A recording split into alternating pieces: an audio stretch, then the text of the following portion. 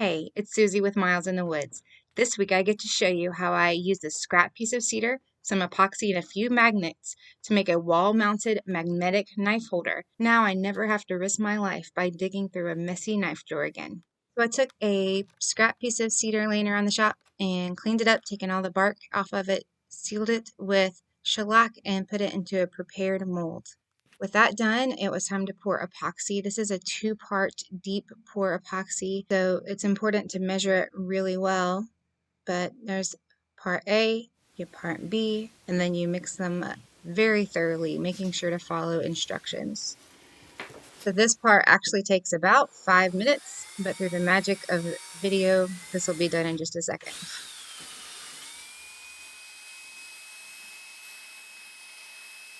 With it all mixed up, I added color. I chose black for this one. I just think it's a really sleek look. And just a little bit of color goes a long way. And so I mixed and looked and mixed and looked.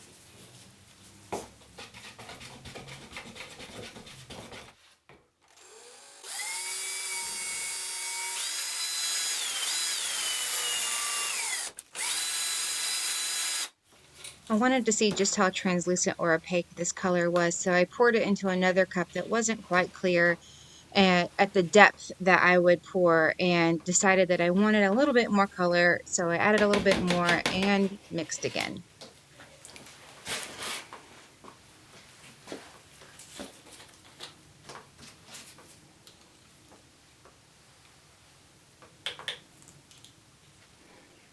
With the color all mixed up, it was finally time for my favorite part, the epoxy pour. I'm just really careful here, making sure to get into all of the cracks and crevices, making sure that each part of that knot is fully filled in, and even making sure that all of the cracks are filled in as well. It's at this point that I can start to see the finished product take shape, and it is incredibly exciting to me.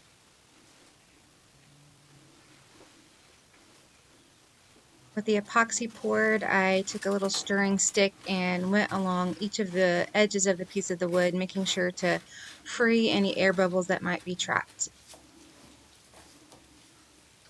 I set it aside and let it cure for a full 4 days before it was time to take it out of the mold. Sides of the mold are covered in tuck tape.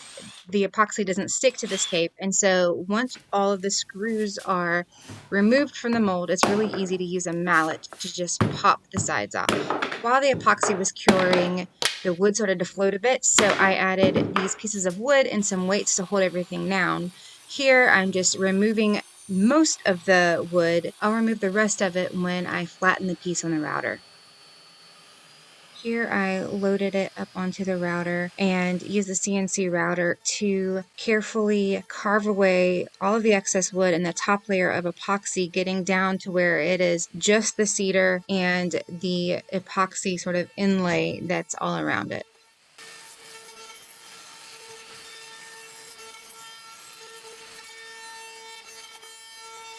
I did the same cleaning up on the back, and I also carved recesses to insert magnets later. Next came sanding. I started with 120 grit sandpaper and walked all the way up to 600 grit, making sure to carefully clean the board with a microfiber cloth in between each grit.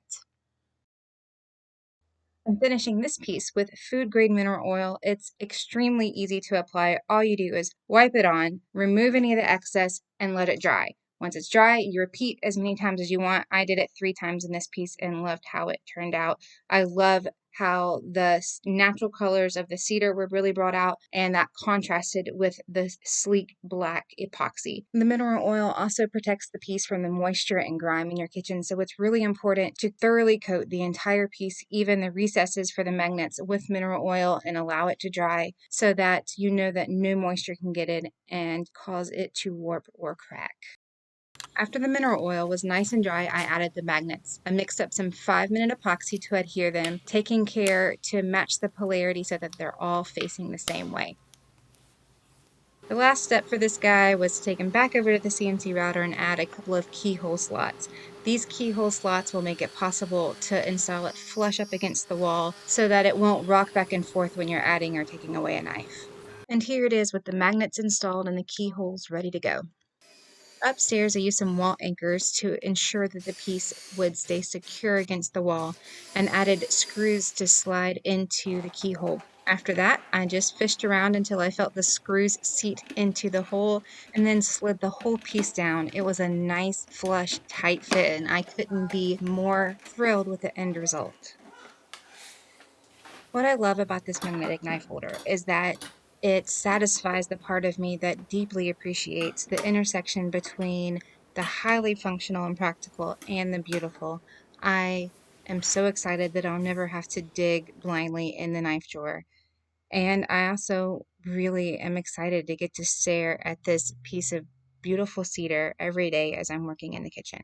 Make a few more and add them to my website at milesinthewoods.com. It's a work in progress, so if you've got any colors that you're interested in, write me and let me know. Also, if you have any questions, let me know and I'll help as best I can. That's it for this week. Until next time, God bless.